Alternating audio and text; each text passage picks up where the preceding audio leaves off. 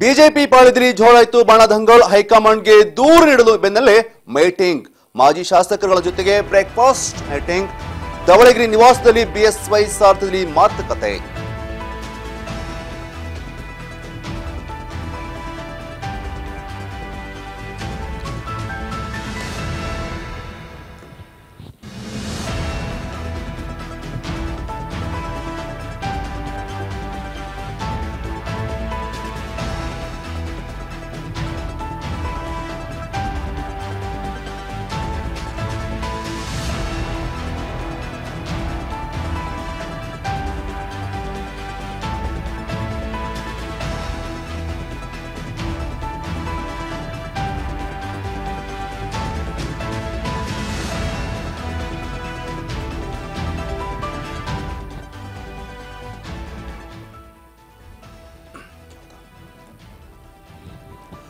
ರಾಜ್ಯ ಬಿಜೆಪಿಲಿ ಜೋರಾಯ್ತು ಬಣದಂಗಲ್ ಇದಕ್ಕೆ ಬ್ರೇಕ್ ಹಾಕೋದಕ್ಕೆ ಬಿಎಸ್ವೈ ಅಂಡ್ ಟೀಮ್ ಈಗ ಪ್ಲಾನ್ ಅನ್ನು ಮಾಡ್ಕೊಂಡಿರುವಂತದ್ದು ಅದಕ್ಕೋಸ್ಕರ ದೊಡ್ಡ ಯೋಜನೆ ಹಾಕೊಂಡಿದೆ ಎಸ್ ವಿಜೇಂದ್ರ ವರ್ಸಸ್ ಯತ್ನಾಳ್ ಅನ್ನೋ ತರ ಆಗಿದೆ ಬಿಜೆಪಿ ಈಗ ಶಿಸ್ತಿನ ಪಕ್ಷ ಅಂತಲೇ ಕರ್ಸ್ಕೊಳ್ತಿದ್ದಂತ ಬಿಜೆಪಿಯಲ್ಲಿ ಈಗ ಬಣ ಬಡಿದಾಟ ಜೋರಾಗಿದೆ ಇದಕ್ಕೆಲ್ಲದಕ್ಕೂ ಕೂಡ ಬ್ರೇಕ್ ಹಾಕೋದಕ್ಕೆ ಬಿಎಸ್ವೈ ಟೀಮ್ ಮುಂದಾಗಿದೆ ಅದಕ್ಕೋಸ್ಕರ ಈಗ ಬಿಎಸ್ವೈ ಮುಂದಾಳತ್ವನ ವಹಿಸಿಕೊಂಡಿದ್ದಾರೆ ಅದರ ಒಂದು ಪ್ರಮುಖ ಅಂಶವಾಗಿ ಬಿಎಸ್ವೈ ತಮ್ಮ ನಿವಾಸದಲ್ಲಿ ಧವಳಗಿರಿ ನಿವಾಸದಲ್ಲಿ ತಮ್ಮ ಆಪ್ತರೊಂದಿಗೆ ಸಮಾಲೋಚನೆ ಕೂಡ ಮಾಡ್ತಾ ಇದ್ದಾರೆ ಹೇಗಾದ್ರೂ ಮಾಡಿ ಈ ಒಂದು ಬಣ ಬಡಿದಾಟಕ್ಕೆ ಬ್ರೇಕ್ ಹಾಕಲೇಬೇಕು ಅನ್ನೋದಕ್ಕೆ ಇಂದು ಅವರ ನಿವಾಸದಲ್ಲಿ ಒಂದು ಸಮಾವೇಶ ನಡೀತಾ ಇದೆ ಅಂದ್ರೆ ಒಂದು ಸಮಾಲೋಚನೆ ನಡೀತಾ ಇರುವಂತದ್ದು ಇದರ ಜೊತೆಗೆ ಹೈಕಮಾಂಡ್ ಇದೇ ಡಿಸೆಂಬರ್ 3ರಂದು ಬೆಂಗಳೂರಿಗೆ ಬರ್ತಾ ಇದೆ ಈ ಒಂದು ಬಣ ಬಡಿದಾಟ ಜೊತೆಗೆ ಹೇಗೆ ಕಾಂಗ್ರೆಸ್ ಅಂದ್ರೆ ಸರ್ಕಾರದ ವಿರುದ್ಧ ಹೋರಾಟ ಮಾಡಬೇಕು ಅನ್ನುವಂತ ಒಂದು ಕಾರ್ಯತಂತ್ರವನ್ನು ರೂಪಿಸೋದಿಕ್ಕೆ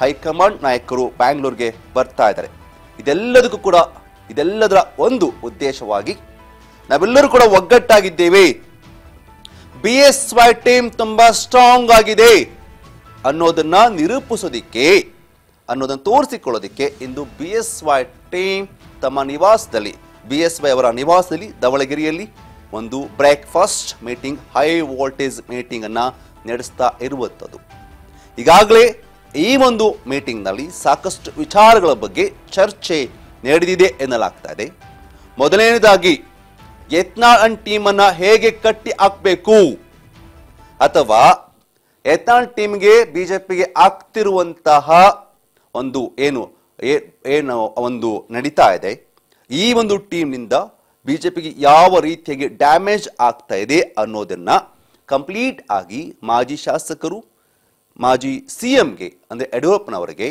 ಸಾಲು ದೂರನ್ನ ಕೊಟ್ಟಿದ್ದಾರೆ ಎನ್ನಲಾಗ್ತಾ ಇದೆ ಅಲ್ಲದೆ ಈ ಒಂದು ಟೀಮ್ ಅನ್ನ ಹೇಗೆ ಈ ಒಂದು ಟೀಮ್ ಅನ್ನ ಕಟ್ಟಿ ಹಾಕಬೇಕು ಅನ್ನೋದು ಕೂಡ ಈ ಒಂದು ಸಭೆಯಲ್ಲಿ ಚರ್ಚೆ ಆಗಲಿದೆ ಅನ್ನಲಾಗ್ತದೆ ಜೊತೆಗೆ ಇನ್ನೇನು ಕೆಲವೇ ದಿನಗಳಲ್ಲಿ ಒಂದು ಚಳಿಗಾಲ ಅಧಿವೇಶನ ಶುರುವಾಗಲಿದೆ ಈ ಅಧಿವೇಶನಕ್ಕೂ ಮುನ್ನ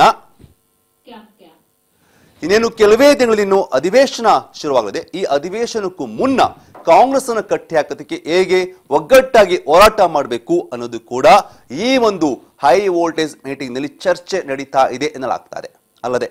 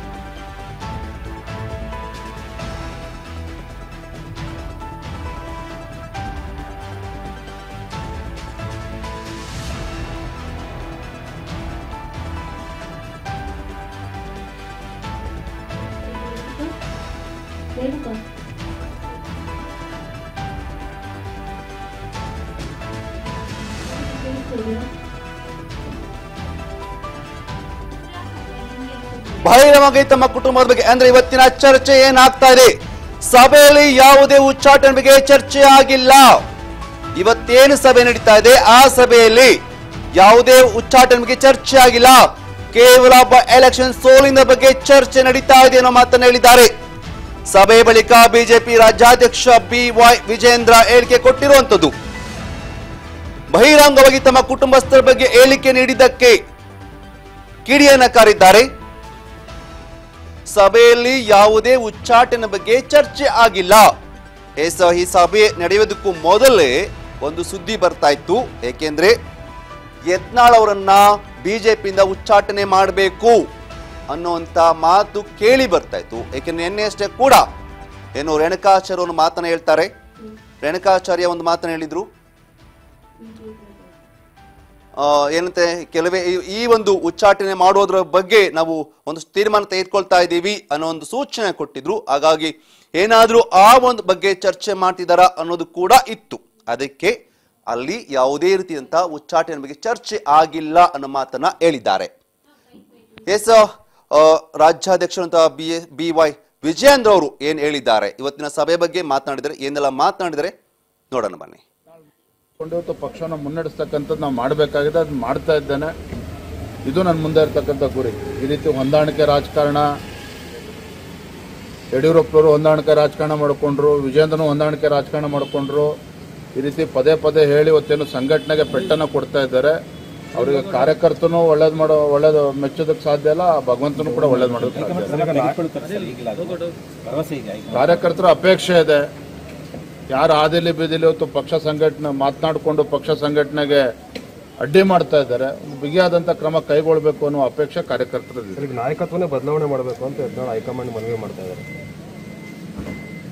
ಅವ್ರು ಮನವಿ ಮಾಡಬಾರ್ದು ಅಂತ ನಾನು ಹೇಳೋದಿಲ್ಲ. ಆ ಮನವಿನ ಎಲ್ಲಿ ಮಾಡಬೇಕು, ಯಾರ ಮುಂದೆ ಮಾಡಬೇಕು, ಅಷ್ಟಾದರೂ ಇರಬೇಕಲ್ಲ. ಹಾಗಾಗಿ ವಿಜಯೇಂದ್ರನ ಬದಲಾವಣೆ ಮಾಡ್ತಕ್ಕಂಥ ಪ್ರಯತ್ನ ಮಾಡಲಿ, ಇನ್ನೂ ಹೆಚ್ಚು ಜನ ಸೇರಿಸ್ಕೊಳ್ಳಿ, ಅದ್ರ ಬಗ್ಗೆ ನಂದೇನು ಅಭ್ಯಂತರ ಇಲ್ಲ. ಪಕ್ಷದ ವರಿಷ್ಠರಿಗೆ ಸ್ಪಷ್ಟತೆ ಇದೆ. ರಾಜ್ಯದಲ್ಲಿ ಸಂಘಟನೆ ಯಾವ ದಿಕ್ಕಲ್ಲಿ ಹೋಗಬೇಕು ಅನ್ನೋದ್ರ ಬಗ್ಗೆ ಕೂಡ ಸ್ಪಷ್ಟತೆ ಇದೆ. ಇವರ ಸಮಸ್ಯೆಗಳು ನೋಡಿ, ಈಗ ಅನೇಕರು ಅಕ್ಕಪಕ್ಕ ಅವ್ರ ಜೊತೆಲಿ ಏನಿದ್ದಾರೆ, ಅವ್ರು ಯಾರು ಕೂಡ ವಿಜೇಂದ್ರನ ಬಗ್ಗೆ ಬೇಸರ ಅಲ್ಲ. ನೆನ್ನೆ ಒಬ್ರು ನನಗೆ ಪ್ರಶ್ನೆ ಕೇಳಿದ್ರು ಪತ್ರಕರ್ತರು, ಅಲ್ಲ ರೀ ಎಲ್ಲರೂ ಅವ್ರ ಧರ್ಮಪತ್ನಿ ಟಿಕೆಟ್ ಕೊಡಿಸ್ಕೊಂಡಿದ್ದಾರೆ, ಅವ್ರ ಮಗನ ಟಿಕೆಟ್ ಕೊಡಿಸ್ಕೊಂಡಿದ್ದಾರೆ, ನಿಮ್ಮ ವಿಚಾರಕ್ಕೆ ಬಂದಾಗ ಕುಟುಂಬ ರಾಜಕಾರಣ ಅಂತ ಮಾತನಾಡ್ತಾರೆ, ಅನುಭವ ಇಲ್ಲ ಅಂತ ಮಾತನಾಡ್ತಾರೆ ಅಂತ ಒಪ್ಕೊಳ್ತೇನೆ. ಅವರಷ್ಟು ಅನುಭವ ಇರಲಿಕ್ಕಿಲ್ಲ, ಆದರೆ ನನ್ನ ಉದ್ದೇಶ ಸರಿ ಇದೆ. ಹಾಗಾಗಿ ಈಗಲೂ ನಾನು ವಿನಂತಿಯನ್ನು ಮಾಡ್ತೇನೆ, ಮನವಿಯನ್ನು ಮಾಡ್ತೇನೆ, ರಾಜ್ಯದ ಅಧ್ಯಕ್ಷನಾಗಿ ಆಗ್ರಹವನ್ನು ಕೂಡ ಮಾಡ್ತೇನೆ. ಪಕ್ಷದ ಕಾರ್ಯಕರ್ತರಿಗೆ ಅವಮಾನ ಮಾಡ್ತಕ್ಕಂಥ ರೀತಿಯಲ್ಲಿ ಯಾರೂ ಕೂಡ ನಡೆದುಕೊಳ್ಬಾರದು. ಪಕ್ಷಕ್ಕೆ ಅಗೌರವ ಆಗ್ತಕ್ಕಂಥ ರೀತಿಯಲ್ಲಿ ಯಾರೂ ಕೂಡ ಮಾಧ್ಯಮದ ಮುಂದೆ ಮಾತನಾಡಬಾರ್ದು. ನಮ್ಮ ನಡವಳಿಕೆಗಳು, ನಮ್ಮ ಹೇಳಿಕೆಗಳು ಸಂಘಟನೆಗೆ ಪೂರಕವಾಗಿರಬೇಕೇ ಹೊರತು ಸಂಘಟನೆಗೆ ತೊಂದರೆ ಕೊಡ್ತಕ್ಕಂಥ ಕೆಲಸ ನಾನು ಮಾಡಬಾರ್ದು, ಮತ್ತೊಬ್ಬರನ್ನು ಮಾಡಬಾರ್ದು. ಮತ್ತೊಮ್ಮೆ ಗೌರವಾನ್ವಿತ ಮಾಜಿ ಕೇಂದ್ರ ಸಚಿವರಾಗಿರ್ತಕ್ಕಂಥ ಬಸವನಗೌಡ ಪಾಟೀಲ್ರಲ್ಲಿ ಯತ್ನಾಳ್ ವಿನಂತಿ ಮಾಡ್ತೇನೆ, ಏನೇ ದಾಖಲೆ ಇದ್ರೂ ಕೂಡ ಒಂದು ಕ್ಷಣನೂ ಕೂಡ ತಡ ಮಾಡದೆ ನನ್ನ ವಿರುದ್ಧ ಏನೇನು ದಾಖಲೆಗಳು ತಕ್ಷಣ ಬಿಡಲಿ. ಇವತ್ತು ಪಕ್ಷವನ್ನು ಮುನ್ನಡೆಸ್ತಕ್ಕಂಥದ್ದು ನಾವು ಮಾಡಬೇಕಾಗಿದೆ, ಅದು ಮಾಡ್ತಾ ಇದ್ದೇನೆ. ಇದು ಈಗ ಅಂದ್ರೆ ಏನೆಲ್ಲ ಚರ್ಚೆ ಮಾಡಿದೆ ಅನ್ನೋದ್ರ ಬಗ್ಗೆ ವಿಜಯೇಂದ್ರ ಅವರು ಕಂಪ್ಲೀಟ್ ಆಗಿ ಹೇಳಿರುವಂತದ್ದು. ಅಂದ್ರೆ ಇಲ್ಲಿ ಏನು ಕೂಡ ನಮ್ಮ ಫ್ಯಾಮಿಲಿ ಬಗ್ಗೆ ಮಾತಾಡೋ ಬಗ್ಗೆ ನಾವು ಮಾತಾಡಿದ್ದೇವೆ, ಯಾರು ಕೂಡ ಮಾತನಾಡಬಾರದು ಅಂತ ಕಿಡಿಕಾರಿದ್ದಾರೆ. ಜೊತೆಗೆ ಯಾವುದೇ ಕಾರಣ ಕೂಡ ಉಚ್ಚಾಟನೆ ಬಗ್ಗೆ ನಾವಿಲ್ಲಿ ಮಾತನಾಡಿಲ್ಲ, ಚರ್ಚೆ ಮಾಡಿಲ್ಲ, ಬೈ ಎಲೆಕ್ಷನ್ ಬಗ್ಗೆ ಚರ್ಚೆ ಮಾಡಿದ್ವಿ ಅನ್ನೋದ್ರ ಬಗ್ಗೆ ಹೇಳಿರುವಂತದ್ದು. ಎಸ್ಐ ಬಗ್ಗೆ ಮಾತಾಡಿ ನಮ್ಮ ಪ್ರತಿನಿಧಿ ರೇಣುಕಾ ಈಗ ಡೆಸ್ಕ್ ಲೈವ್ ಇಂದ ನೇರವಾಗಿದ್ದಾರೆ. ಸೊ ಬನ್ನಿ ಮಾತಾಡ್ಸೋಣ. ರೇಣುಕಾ, ಒಂದು ಇಲ್ಲಿ ಸ್ಪಷ್ಟ ಗೊತ್ತಾಗ್ತಾ ಇದೆ, ಅಂದ್ರೆ ನಾವೆಲ್ಲ ಮಾತಾಡ್ಬೇಕು ಅಂದ್ಕೊಂಡಿದ್ರು, ಉಚ್ಚಾಟನೆ ಬಗ್ಗೆ ಎಲ್ಲರೂ ಕೂಡ ಚರ್ಚೆ ಆಗ್ತದೆ, ಉಚ್ಚಾಟನೆ ಬಗ್ಗೆ ಚರ್ಚೆ ಆಗ್ತದೆ ಅನ್ನೋ ಬಗ್ಗೆ ಏನು ಇಲ್ಲಿ ಮಾತುಕತೆ ನಡೀತದೆ ಅಂತ ಹೇಳ್ತಾ ಇದ್ರು. ಬಟ್ ಈಗ ವಿಜೇಂದ್ರ ಅವರು ಹೇಳಿದ್ರೆ ಉಚ್ಚಾಟನೆ ಬಗ್ಗೆ ಯಾವುದೇ ಮಾತುಕತೆ ನಡೆದಿಲ್ಲ ಅಂತ ಹೇಳಿದ್ದಾರೆ. ಸೊ ಯಾವೆಲ್ಲ ಚರ್ಚೆ ಆಗಿರ್ಬೋದು ಅಲ್ಲಿ ರೇಣುಕಾಗಾದ್ರೆ? ಯತೀಶ್, ಇಂದಿನ ಏನು ಮಾಜಿ ಸಿಎಂ ಆದಂತಹ ಯಡಿಯೂರಪ್ಪ ಅವರ ಒಂದು ನಿವಾಸದಲ್ಲಿ ಅವರ ಒಂದು ನೇತೃತ್ವದಲ್ಲಿ ಏನು ಈಗಾಗಲೇ ಒಂದು ಸಭೆಯನ್ನು ಕೂಡ ಮಾಡಲಾಗಿದೆ. ಆ ಒಂದು ಸಭೆಯಲ್ಲೂ ಕೂಡ ಸಾಕಷ್ಟು ಒಂದು ಮಾಜಿ ಶಾಸಕರು, ಹಿರಿಯ ಮುಖಂಡರು ಸೇರಿದಂತೆ ರಾಜ್ಯಾಧ್ಯಕ್ಷ ವಿಜಯೇಂದ್ರ ಮತ್ತೆ ಅಶೋಕ್ ಅವರು ಕೂಡ ಈ ಒಂದು ಸಭೆಯಲ್ಲಿ, ಇವತ್ತಿನ ಸಭೆಯಲ್ಲೂ ಕೂಡ ಭಾಗಿಯಾಗಿದ್ರು. ಈ ಒಂದು ಸಭೆಯಲ್ಲಿ ಸಾಕಷ್ಟು ವಿಷಯಗಳನ್ನು ಕೂಡ ಚರ್ಚೆ ನಡೆಸಿದ್ದಾರೆ. ಅದೇ ರೀತಿಯಾದಂತಗಳು ಕೂಡ ಮುಂದಿನ ತಿಂಗಳು ಏನು ದೆಹಲಿಯ ವರಿಷ್ಠರು ಕೂಡ ಏನು ರಾಜ್ಯಕ್ಕೆ ಆಗಮಿಸ್ತಿದ್ದಾರೆ, ಆ ಒಂದು ವಿಚಾರವೂ ಕೂಡ ಈ ಒಂದು ಸಭೆಯಲ್ಲೂ ಕೂಡ ಪ್ರಸ್ತಾಪ ಆಗಿದೆ. ಆ ಬಗ್ಗೆಯೂ ಕೂಡ ಸಾಕಷ್ಟು ಚರ್ಚೆಯಾಗಿದೆ ಎನ್ನಲಾಗ್ತಾ ಇದೆ. ಅದರ ಜೊತೆಗೆ ಪ್ರಮುಖವಾಗಿ ಏನು ರಾಜ್ಯದಲ್ಲಿ ಈಗ ಬಿಜೆಪಿ ನಾಯಕರಿಗೆ ನುಂಗಲಾರದ ಬಿಸಿ ತುಪ್ಪವಾಗಿ ಪರಿಣಮಿಸಿದಂತಹ ಯತ್ನಾಳ್ ಅವರ ಒಂದು ಏನು ವಿಚಾರ ಇದೆ, ಈ ವಿಚಾರಕ್ಕೂ ಕೂಡ ಸಭೆಯಲ್ಲಿ ನೆರೆದಿರ್ತಕ್ಕಂಥ ಸಾಕಷ್ಟು ಮಾಜಿ ಶಾಸಕರು, ಮಾಜಿ ಸಚಿವರು ಕೂಡ ಯತ್ನಾಳ್ ರವನನ್ನು ಪಕ್ಷದಿಂದ ಉಚ್ಚಾಟನೆ ಮಾಡಬೇಕು ಅಂತೇಳಿ ಕೂಡ ಇವತ್ತಿನ ಸಭೆಯಲ್ಲೂ ಕೂಡ ಒತ್ತಾಯ ಮಾಡಿದ್ರು. ಈ ಹಿಂದೆ ನಡೆದಂತಹ ಸಭೆಯಲ್ಲೂ ಕೂಡ ಸಾಕಷ್ಟು ಬಾರಿ ಒತ್ತಾಯ ಮಾಡಿದ್ರು. ಇದೇ ಒತ್ತಾಯವನ್ನು ಹೈಕಮಾಂಡ್ ನಾಯಕರಿಗೂ ಕೂಡ ಮಾಡಿದ್ರು. ಅದೇ ರೀತಿಯಾದಂತಲೂ ಕೂಡ ಇಂದಿನ ಸಭೆಯಲ್ಲೂ ಕೂಡ ಸಾಕಷ್ಟು ಒತ್ತಾಯವನ್ನು ಕೂಡ ಮಾಡಿದ್ದಾರೆ. ಮತ್ತೆ ಈ ಒಂದು ಸಭೆಯಲ್ಲಿ ಕಳೆದ 3 ಕ್ಷೇತ್ರಗಳ ಒಂದು ಉಪಚುನಾವಣೆಯಲ್ಲಿ ಯಾವ ರೀತಿಯಾದಂತಹ ಸೋಲನ್ನು ಈಗ ಬಿಜೆಪಿ ಕಂಡಿದೆ ಅನ್ನೋದ್ರ ಬಗ್ಗೆ ಕೂಡ ಈ ಒಂದು ವಿಚಾರವಾಗಿಯೂ ಕೂಡ ಮನವರಿಕೆಯನ್ನು ಕೂಡ ಈ ಒಂದು ಸಭೆಯಲ್ಲಿ ಕೂಡ ಮಾಡ್ಕೊಂಡಿದ್ದಾರೆ. ಅದ್ರ ಜೊತೆಗೇನೆ ದಾವಣಗೆರೆಯಲ್ಲೂ ಕೂಡ ಇದೇ ವಿಚಾರಕ್ಕೆ ಏನು ಬಿಜೆಪಿಯಲ್ಲಿರ್ತಕ್ಕಂಥ ವಿಜೇಂದ್ರ ಅವರ ಬಣದವರು ಏನು ದೊಡ್ಡ ಸಮಾವೇಶವನ್ನು ಕೂಡ ಮಾಡಬೇಕು ಅಂತೇಳಿ ಈಗಾಗಲೇ ಹಮ್ಮಿಕೊಂಡಿದ್ದಾರೆ.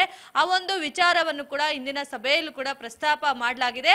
ಅದಕ್ಕೂ ಕೂಡ ಈಗಾಗಲೇ ಗ್ರೀನ್ ಸಿಗ್ನಲ್ ಸಿಕ್ಕಿರುವಂತದ್ದು. ಮುಂದಿನ ತಿಂಗಳು 10ನೇ ತಾರೀಕು ದಾವಣಗೆರೆಯಲ್ಲಿ ಬಿಜೆಪಿಯ ವತಿಯಿಂದ ಒಂದು ಬೃಹತ್ ಆದ ಸಮಾವೇಶವನ್ನು ಕೂಡ ಒಂದು ಹಮ್ಮಿಕೊಳ್ಳಲಾಗಿದೆ. ಈ ಮೂಲಕ ಬಿಜೆಪಿ ಒಗ್ಗಟ್ಟಾಗಿದೆ, ತಮ್ಮ ಎಲ್ಲ ನಾಯಕರು ಕೂಡ ಒಗ್ಗಟ್ಟಾಗಿದ್ದಾರೆ ಅನ್ನೋ ಒಂದು ಸಂದೇಶವನ್ನು ರಾಜ್ಯಕ್ಕೆ ರವಾನಿಸುವ ಒಂದು ನಿಟ್ಟಿನಲ್ಲಿ ಕೂಡ ಈ ಒಂದು ಸಮಾವೇಶವನ್ನು ಕೂಡ ಮಾಡಬೇಕು ಅಂತೇಳಿ ಈಗಾಗಲೇ ತೀರ್ಮಾನ ಮಾಡಿರುವಂತದ್ದು. ಅದೇ ರೀತಿಯಾದಂತಲೂ ಕೂಡ ಮುಂದಿನ ಒಂದು ಅಧಿವೇಶನದ ಬಗ್ಗೆಯೂ ಅದೇ ರೀತಿಯಾದ ಪದಾಧಿಕಾರಿಗಳ ಸಭೆಯೂ ಇರೋದ್ರಿಂದ 3ನೇ ತಾರೀಕು ಆ ಒಂದು ವಿಚಾರಕ್ಕೆ ಸಂಬಂಧಪಟ್ಟಂತೆಯೂ ಕೂಡ ಇಂದಿನ ಸಭೆಯಲ್ಲಿ ಕೂಡ ಚರ್ಚೆಯಾಗಿದೆ.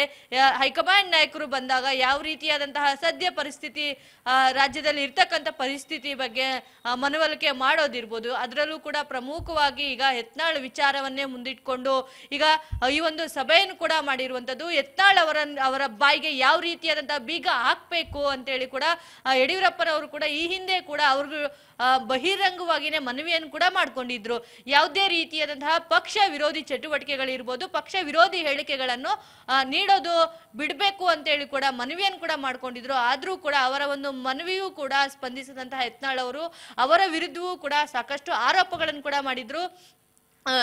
ವಿಜೇಂದ್ರ ಅವರು DK ಶಿವಕುಮಾರ್ ಹತ್ರ ಹೋಗಿ ಒಂದು ಡೀಲ್ ಮಾಡ್ಕೊಂಡಿದ್ದಾರೆ, ಸಹಿ ಮಾಡ್ಕೊಂಡಿದ್ದಾರೆ, ಕಾಂಗ್ರೆಸ್ ಪಕ್ಷದ ಜೊತೆ ಅವರು ಡೀಲ್ ಮಾಡ್ಕೊಂಡಿದ್ದಾರೆ ಅನ್ನೋ ಒಂದು ಆರೋಪಗಳು ಕೂಡ ಇದ್ರೆ, ತಂದೆ ಮಗ ಕಾಂಗ್ರೆಸ್ನವ್ರ ಜೊತೆಗೆ ಡೀಲ್ ಮಾಡ್ಕೊಂಡೇ ಬರ್ತಾ ಇದ್ದಾರೆ ಅನ್ನೋ ಸಾಕಷ್ಟು ಇನ್ನ ಆರೋಪಗಳನ್ನು ಕೂಡ ಮಾಡಿದ್ರು. ಈ ಆರೋಪಗಳಿಗೂ ಕೂಡ ಏನು ಸಭೆಯ ನಂತರ ರಾಜ್ಯಾಧ್ಯಕ್ಷ ವಿಜೇಂದ್ರ ಅವರು ಕೂಡ ಎಲ್ಲಾ ಆರೋಪಗಳಿಗೂ ಕೂಡ ಸ್ಪಷ್ಟನೆಯನ್ನು ಕೂಡ ಕೊಟ್ಟಿರುವಂತದ್ದು. ಯಾರೇ ನಮ್ಮ ಮೇಲೆ ಆರೋಪ ಮಾಡಿದ್ರು ಕೂಡ ಅದು ಮಾಡ್ಕೊಳ್ಳೋರು ಮಾಡ್ಕೊಳ್ಳಿ, ಸಹಜವಾಗಿ ಆರೋಪ ಬಂದೇ ಬರುತ್ತೆ ಅನ್ನೋ ಆ ಒಂದು ಆರೋಪವನ್ನು ಕೂಡ ಈಗಾಗಲೇ ತಳ್ಳಿ ಹಾಕಿರುವಂತದ್ದು. ಇನ್ನು ನಿನ್ನೆ ಅವರು ದೆಹಲಿಯ ಭೇಟಿ ಸಂದರ್ಭವನ್ನು ಕೂಡ ಈಗಾಗಲೇ ಹೇಳಿರುವಂತದ್ದು. ಯತ್ನಾಳ್ ಅವರ ಉಚ್ಚಾಟನೆ ಬಗ್ಗೆ ನಾನು ಯಾವುದೇ ರೀತಿಯಾದಂತಹ ಹೈಕಮಾಂಡ್ ನಾಯಕರಿಗೆ ಗಮನಕ್ಕೆ ತಂದಿಲ್ಲ. ನಾವು ಕೇವಲ ಮಾತನಾಡಿದ್ದು ಈ ಸದ್ಯ ಉಪಚುನಾವಣೆಯಲ್ಲಿ ಸೋಲನ್ನು ಕಂಡಿರೋದ್ರಿಂದ ಆ ಒಂದು ವಿಚಾರವನ್ನು ಅವರಿಗೆ ಮನವರಿಕೆ ಮಾಡಿದ್ವಿ. ಈ ವಿಚಾರವಾಗಿ ಮಾತುಕತೆ ಆಗಿದೆ ಹೊರತಾಗಿ ಯತ್ನಾಳ್ ಅವರನ್ನು ಪಕ್ಷದಿಂದ ಕೈ ಬಿಡಬೇಕು, ಅವರನ್ನು ಉಚ್ಚಾಟನೆ ಮಾಡಬೇಕು ಅನ್ನೋ ವಿಚಾರ ಯಾವುದೇ ಕಾರಣಕ್ಕೂ ಪ್ರಸ್ತಾಪ ಹಾಕಿಲ್ಲ. ಕಾರ್ಯಕರ್ತರು ಕೂಡ ಅವರ ಒಂದು ವಿರುದ್ಧ ಸಾಕಷ್ಟು ಒಂದು ವಾಗ್ದಾಳಿಯನ್ನು ಕೂಡ ನಡೆಸ್ತಾ ಇದ್ದಾರೆ, ಆಕ್ರೋಶವನ್ನು ಕೂಡ ವ್ಯಕ್ತಪಡಿಸ್ತಾ ಇದ್ದಾರೆ. ಆದ್ರೆ ಈಗಲೂ ಕೂಡ ಅವರನ್ನು ಪಕ್ಷದಿಂದ ಕೈ ಬಿಡುವ ಉದ್ದೇಶ ನಮಗಿಲ್ಲ. ರಾಜ್ಯಾಧ್ಯಕ್ಷನಾಗಿ ನಾನು ಹೇಳೋದು ಒಂದೇ, ಅವರು ಯಾವುದೇ ಕಾರಣಕ್ಕೂ ಕೂಡ ಈಗಲೂ ಹೇಳ್ತಾರೆ, ಮುಂದಿನ ದಿನಗಳಲ್ಲೂ ಕೂಡ ಪಕ್ಷ ವಿರೋಧಿ ಚಟುವಟಿಕೆಗಳನ್ನು ಮಾಡೋದು ಮೊದಲು ಬಿಡಬೇಕು. ಹೈಕಮಾಂಡ್ ನಾಯಕರ ಗಮನಕ್ಕೂ ಈ ವಿಚಾರವನ್ನು ನಾನು ಇದನ್ನೇ ತೆಗೆದುಕೊಂಡು ಬಂದಿರುವುದು. ಈ ಒಂದು ಅವರ ಒಂದು ಹೇಳಿಕೆಗಳಿಂದ ಸಾಕಷ್ಟು ಒಂದು ಪಕ್ಷಕ್ಕೆ ಮುಜುಗರ ಆಗ್ತಾ ಇದೆ. ಮುಂದಿನ ದಿನಗಳಲ್ಲಿ ಜಿಲ್ಲಾ ಮತ್ತು ತಾಲೂಕು ಮಟ್ಟದ ಚುನಾವಣೆಗಳು ಕೂಡ ನಡೀತಾ ಇದ್ದಾವೆ. ಈಗಾಗಲೇ ನಾವು ಉಪಚುನಾವಣೆಯಲ್ಲಿ ಸೋಲನ್ನು ಕಂಡಿದ್ದೇವೆ. ಇದೇ ಒಂದು ಹೇಳಿಕೆಗಳನ್ನು, ವಾಗ್ದಾಳಿಗಳನ್ನು, ಇದೇ ಒಂದು ಬಣ ಬಡಿದಾಟವನ್ನು ಮುಂದುವರಿಸಿಕೊಂಡು ಹೋದ್ರೆ ಮುಂದಿನ ಒಂದು ಸ್ಥಳೀಯ ಚುನಾವಣೆಗಳಿಗೂ ಕೂಡ ಇದು ಸಾಕಷ್ಟು ಡ್ಯಾಮೇಜ್ ಆಗುವ ಸಾಧ್ಯತೆಗಳು ಕೂಡ ಸಾಕಷ್ಟಿದೆ. ಅಧಿವೇಶನದಲ್ಲೂ ಕೂಡ ತಮ್ಮ ವಿರುದ್ಧವಾಗಿ ಆಡಳಿತ ಪಕ್ಷ ನಾಯಕರು ಕೂಡ ಮುಗಿಬಿಡುವ ಸಾಧ್ಯತೆಗಳು ಕೂಡ ಸಾಕಷ್ಟಿದೆ. ಹಾಗಾಗಿ ಈ ಒಂದು ವಿಚಾರವನ್ನು ಇಲ್ಲಿಗೆ ಅಂತ್ಯ ಮಾಡಿ ಒಗ್ಗಟ್ಟಾಗಿ ಪಕ್ಷದ ಒಂದು ನೇತೃತ್ವದಲ್ಲಿನೇ ಎಲ್ಲರೂ ಕೆಲಸ ಮಾಡಬೇಕು, ಒಗ್ಗಟ್ಟಾಗಿ ಇರಬೇಕು ಅನ್ನೋ ಒಂದು ಒಗ್ಗಟ್ಟಿನ ಮಂತ್ರವನ್ನು ಕೂಡ ಇಂದಿನ ಸಭೆಯಲ್ಲಿ ಚರ್ಚೆ ಮಾಡಿರುವಂತದ್ದು. ಅದೇ ರೀತಿಯಾದಂತೂ ಕೂಡ ಮುಂದಿನ ಏನು 2028ರ ಒಂದು ಚುನಾವಣೆಗೂ ಕೂಡ ವಿಜಯೇಂದ್ರ ಅವರ ನೇತೃತ್ವದಲ್ಲಿನೇ ಈ ಒಂದು ಚುನಾವಣೆಯನ್ನು ಕೂಡ ಎದುರಿಸಬೇಕು ಅನ್ನೋ ಒಂದು ಬಗ್ಗೆಯೂ ಕೂಡ ಇಂದಿನ ಸಭೆಯಲ್ಲಿ ಚರ್ಚೆಯಾಗಿದೆ ಅಂತ ಹೇಳಲಾಗ್ತಾ ಇದೆ.